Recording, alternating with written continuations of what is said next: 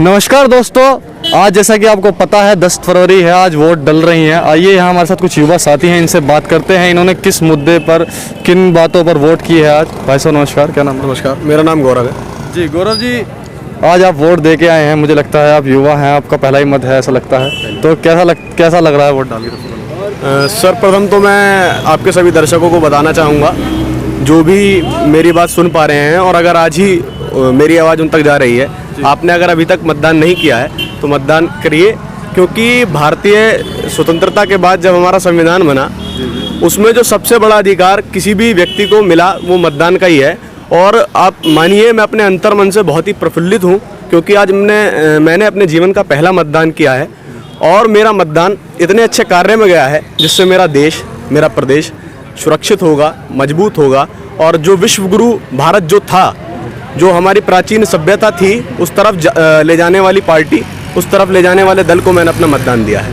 यानी मुद्दों पर आपने मतदान किया है? देखिए, मैंने जैसा कि आपको बताया कि सबसे प्रथम जो विषय होता है, हम अपनी राष्ट्र की सुरक्षा, अपने प्रदेश की सुरक्षा के लिए मतदान करते हैं। जो भी दल सर्वव्यापी तरीके से सर्व समाज को साथ लेकर के सबके हित में कार्य करेगा, उसके लिए ही हमारा मतदान होना चाहिए। और जो पिछली सरकार थी, 5 वर्ष आपने देखे, उत्तर प्रदेश की जो छवि थी पूरे विश्व के अंदर, भारत के अंदर नहीं, अगर भारत का युवा कहीं बाहर जाता था रोजगार के लिए या पढ़ाई के लिए, तो वो कहता था कि मैं उत्तर प्रदेश से हूँ, तो वो लोग उसको बहुत ही हीन भावना से देखते थे और ये समझते थे कि ये चोर है, गुंडा है या माफिया है।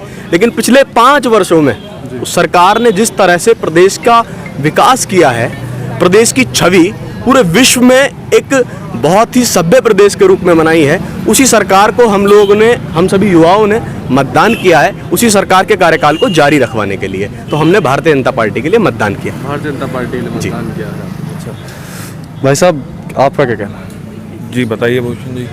भाई साहब, ये भाई साहब बोल रहे हैं कि हमने भारतीय जनता पार्टी को मतदान किया है युवाओं के लिए, विकास के लिए, रोजगार के लिए।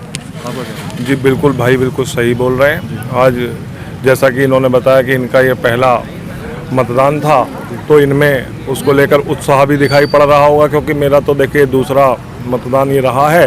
और सिर्फ विकास के मुद्दों को लेकर ही नहीं, सुरक्षा के मुद्दों को लेकर के भी हमने यहाँ पर वोट किया है, क्योंकि सरकार ने सुरक्षा देने में भी किसी को कोई कमी नहीं की है। आज आप रात को 12 बजे भी घर से आराम से निकल सकते हैं। और सुरक्षा से लेकर सड़क तक, राशन से लेकर भाषण तक, इसने सत्यता का काम किया है सरकार ने।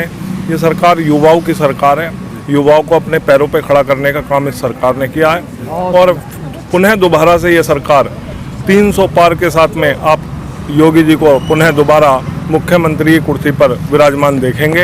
एक इस माला में एक फूल हमारे गढ़मुक्तेश्वर से भी होगा, जो हरेंद्र जी के रूप में हम योगी जी को भेंट करेंगे। क्या लगता है हमारे नगर में या आपके नगर में कितने प्रतिशत वोट पड़ना जा रहा है और युवाओं का कितना योगदान रहने वाला है? देखिए, युवा, भारत को युवाओं का देश कहा जाता है। भारत की जो अर्थव्यवस्था है या भारत की जो व्यवस्था है, उसकी रीढ़ की हड्डी के रूप में युवा काम करता है। और युवाओं का जो मतदान है वो लगभग 100% होगा, ऐसा मेरा मानना है। जिन सभी लोगों की वोट बनी है, अभी आज हम घूमे तो थोड़ी समस्या लगी कि वोटें कटी हैं, वोटें गायब रही हैं, उसका क्या? देखिए, एक परिवार इस देश को, इस प्रदेश को अपनी, एक परिवार इस देश को और एक परिवार यूपी में इस प्रदेश को अपने घर की जागीर समझता है। उन्होंने बहुत ही एक चाल के रूप में ये इसको इस्तेमाल किया है और वोटें कटवाने का काम किया है।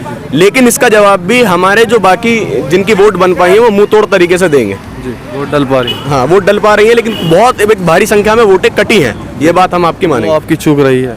हमारी युवाओं की चूक, ये कह लीजिए कि या तो ये अधिकारियों की चूक रही है, क्योंकि जिन लोगों के वोटर ID कार्ड हैं और उसके बावजूद भी उनकी वोटें कटी हैं, तो एक बहुत ही सोचने का विषय है। समस्या ये भी सुनने में आई कि किसी की वोट यहाँ है, वो किसी गांव में प्राप्त मिल रही है। हाँ, और अभी तो बल्कि एक ऐसा विषय निकल करके आया कि उसकी उसकी जो वोट का क्रमांक है, जो PUIC नंबर होता है, उसके नाम पर किसी महिला का, एक वो युवा था, उसके नाम पर किसी महिला का वोट रजिस्टर है। तो इस तरीके की चीज़ें भी निकल करके सामने आ रही हैं। तो ये क्या टेक्निकली प्रॉब्लम हुई है या जानकारी करी गई है?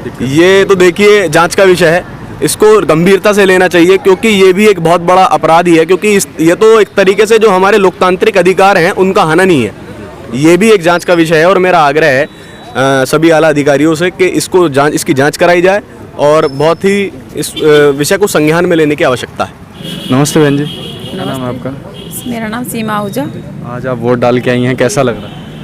बहुत बहुत अच्छा लग रहा है। किन मुद्दों पर वोट किया है आपने? सबसे पहला मुद्दा जो यूपी का वो था बिजली और भ्रष्टाचार। जी हमें जब से योगी जी आए हमें लग रहा है कि यूपी को काफ़ी ऊंचाई पर ले गए हैं वो। जी। बस क्या बताएं, मतलब जो खुली जैसे सांस सी मिल गई हो जब से यूपी में हमारे योगी जी आए हैं। सुरक्षा का माहौल लगता है। बहुत बहुत ही अच्छा लगा। एक मतलब रिस्पेक्ट मिली है यूपी को योगी जी के आने के बाद।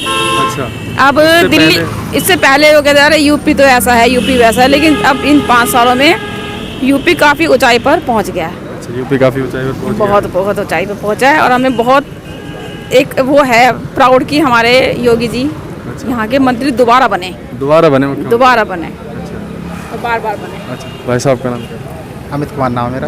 अमित जी, क्या बहन जी कह रही हैं सुरक्षा का माहौल रहा है और योगी जी फिर से आए?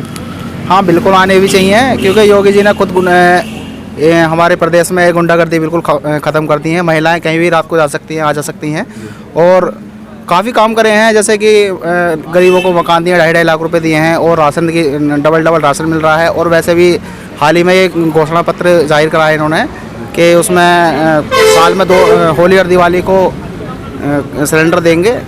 काफ़ी ऐसे बात नहीं है, बहुत काम करे हैं। और ये जो भ्रष्ट लोग हैं वो करते रहे आलोचनाएं, उस चीज़ से कोई फर्क नहीं पड़ता। कितनी सीटें आ रही हैं भाई साहब? जी भूषण जी, मैं पहले भी आपको बता चुका हूँ कि हम 300 का आंकड़ा पार करने जा रहे हैं। और जो अखिलेश जी ने 2017 के 2019 के 17 के विधानसभा में एक गठबंधन किया था और फिर 2019 के लोकसभा में एक गठबंधन किया था। 17 के का जो उनका गठबंधन था वो बाबा और बबुआ खेल रहे थे और 19 के गठबंधन में वो बुआ और बबुआ खेले हैं। और इस बार वो एक छोटा और बड़के का खेल खेल रहे हैं, क्योंकि अब पश्चिमी उत्तर प्रदेश में मतदान थोड़ी बहुत कुछ घंटों में संपन्न हो जाएगा और उसके बाद में ये बुआ और छुटका और बड़के का खेल भी समाप्त हो जाएगा। 58 सीटों पर आज चुनाव उत्तर प्रदेश की, क्या लगता है कितनी सीटें आई? पिछली बार लगभग 53 सीटें आई थी, इस बार क्या लगता है? इस बार मेरे अनुमान से, बाकी तो सब ये विषय मतदान का है, लेकिन 45 प्लस सीटें भारतीय जनता पार्टी के पक्ष में शायद आएंगी। और जो ये एक परिवार को फ़ायदा, यानी 2 परिवारों को फ़ायदा करवाने के लिए जो गठबंधन किया गया है, जनता उसको सिर से नकार देगी। और पश्चिम उत्तर प्रदेश ने जिस तरह से 2014 के लोकसभा चुनाव में, 2017 के विधानसभा चुनाव में, 2019 के लोकसभा चुनाव में, इसी क्रम को भारतीय जनता पार्टी के लिए पश्चिम उत्तर प्रदेश की जनता जारी रखेगी और 2022 में भी प्रचंड बहुमत पश्चिम उत्तर प्रदेश को में भाजपा को मिलेगा। जैसा कि आपने देखा कि यहाँ लोग खड़े हैं और ये बोल रहे हैं कि भारतीय जनता पार्टी को हमने वोट किया है और सुरक्षा के मुद्दे पर वोट किया है। देखते हैं क्या होता है 2022 के चुनाव में पश्चिम उत्तर प्रदेश में। नमस्कार, ऐसे आप हमारे साथ जुड़े रहिए भूषण शर्मा के साथ।